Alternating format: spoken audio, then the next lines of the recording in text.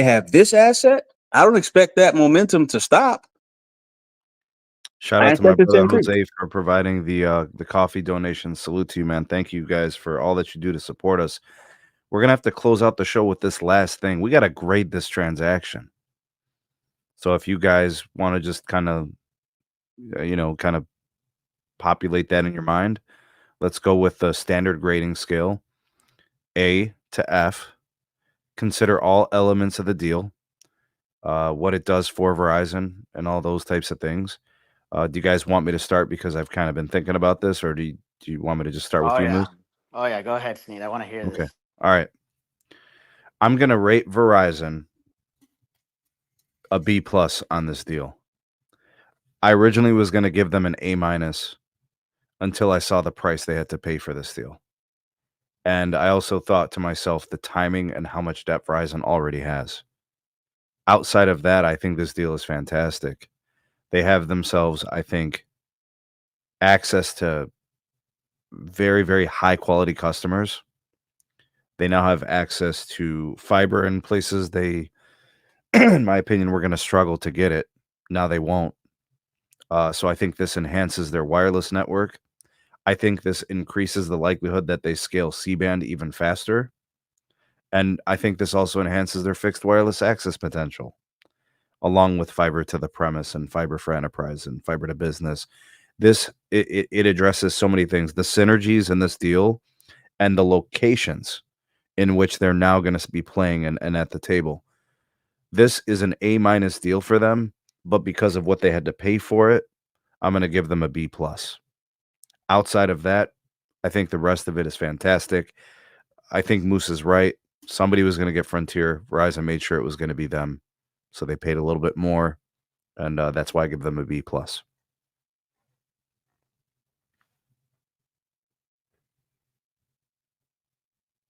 Next. Yeah, I'll go. I say a B+ too. The price was too high, but hey, Verizon gets a bigger fiber footprint, so good for them. Okay, I'm back. Sorry. I had a phone call. I have to go really quickly, but can I share the grade? Yeah. Okay. The transaction, I give it an A-. And the only reason why it's not A+, like literally grand slam knockout the park, is because Frontier still has copper assets, obviously, right? But I was expecting them to pay $50 a share, and they came in at 40. Okay, because you know how ridiculous it is right now with the whole fiber industry, and everybody's just consolidating right now. But overall, incredible move. I'm excited to see the innovation. Frontier Fios is going to have to definitely potentially go. By the way, quick question: B, is Fios in Verizon? Is it an XG-PON setup? Yeah. My understanding is that the Fios network is NG-PON too. Okay. But I don't know exactly. I'd have to research it. I know for a fact that Frontier does not deploy NG-PON 2. It's another deployment style. But it is compatible with what Verizon does. And what I will say is that, let's be honest, I mean, Verizon used to own that company. Many of those central offices, Verizon knows. It'll be fun. That's to me, that's a minimal as far as scope and scale and differences and all that stuff. Gigabit speed is gigabit speed. Sell it. No, yeah. Wire it up. The reason why I say that is because I feel like Verizon Fios is going to pivot to Frontier, because Frontier is now offering in Dallas 7 gigs, no problem. I don't know if it'll pivot. Maybe it will. So that's a what they're doing is better than Verizon Fios? Yes, because I checked my previous address when I lived in New Jersey. They're still only offering 2 gig internet. Well, that's all Verizon offers. That's the peak speed is 2 gigs. Right. That's what I'm saying. They don't have anything else. Peak because of technology or peak because of decision? I think it's because of decision. And the reason why is because there's just not a lot of return on investment on offering something like 7 gigs. How many customers are you going to get to purchase 7 gigs at this time? One out of 100. Yeah, exactly. However, that is an easy thing to upgrade. All you have to do once you get the customer installed with NGPON 2 Some premise compatible equipment is upgrade the CO. Make the software change, upgrade, the equipment in the CO, and start pushing out the right level light, and you have a 7 gig. You have an 8 gig. You have whatever, that particular equipment back at the CO has the capability to be able to transmit. So it's not a difficult technological advancement to be able to make once you have the equipment at the hub or at the CO. So that to me, in my opinion, that's negligible. I don't know everything, but that's negligible in my opinion. As far as my grade, honestly, I would give it a B plus as well for the same reasons that Sneed provided. From a technological standpoint, this is a slam dunk. It's something that Verizon obviously needed based on what the industry and analysts are saying. I don't think Verizon liked the idea of anybody else being able to tout leadership in anything related to networking, whether it be fiber, wireless. I don't think they appreciated anything like that. And so, of course, this was a move to address that. And now they have more people that they have the ability to sell into, more homes they can sell into. That's always important. To Sneed's point, I would draw attention to the price. That was a really expensive price point. Given where they are from a debt standpoint, that is troublesome. It's kind of difficult to say anything other than that. 20 billion is a lot of money when you already owed 149 billion. So, difficult to pick around that. I think in principle, the fact that they had more debt than what the company's worth kind of bothers me too. Yeah. At the end of the fiber day, building thing, that's kind of like the thing, right? You can't grow a footprint without spending tons of money. Well, it's business in America. You can't grow any business without, getting into debt in some way, shape, or form, unless you just have boatloads of money. And most, companies and entities simply don't. So because of that, I understand why.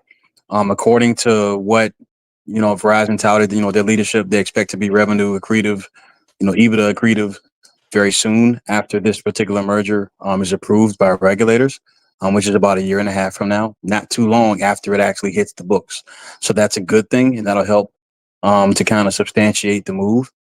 But, still $20 billion is a lot of money. However, when it comes to network architecture, when it comes to acquiring network assets, me personally, I trust Verizon to be able to make a solid decision. Nobody invests in their core business better. Until somebody does that consistently at scale, that's what I'm always going to say. So, with respect to the grade B plus, only because of how much they had to pay, but I also do understand it's a merger and acquisition. You always overpay when you do a merger or an acquisition. It's just the way it is. So you got to give the investor something, so that they're happy. And clearly, it's a unanimous approval from the board and also from the investors. So they're ready to get paid, and they will be. Grade, sir. I'd say B plus. From a technological and compatibility and growth standpoint, it's a really good decision. But when you're $29 billion in debt, and you spend $20 billion on another company that also has more debt than what they're worth when you bought them, that can be problematic. But like I was saying earlier, once they start converging and bundling the Frontier fiber with the Verizon Wireless phone service, I think that's where they're going to start making their money back. And they will just continue to grow from this too, because right now, and probably going forward, at least for another couple of years, fixed wireless access at Verizon is the only thing that they're not charging upfront costs for, activation fees for, and the only thing that doesn't get billed on the following bill cycle for an activation fee for adding it to your account.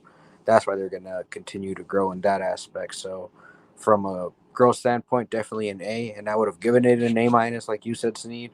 But because of what they paid, what they're in debt, and what Frontier has for debt, it's definitely a B plus deal, in my opinion.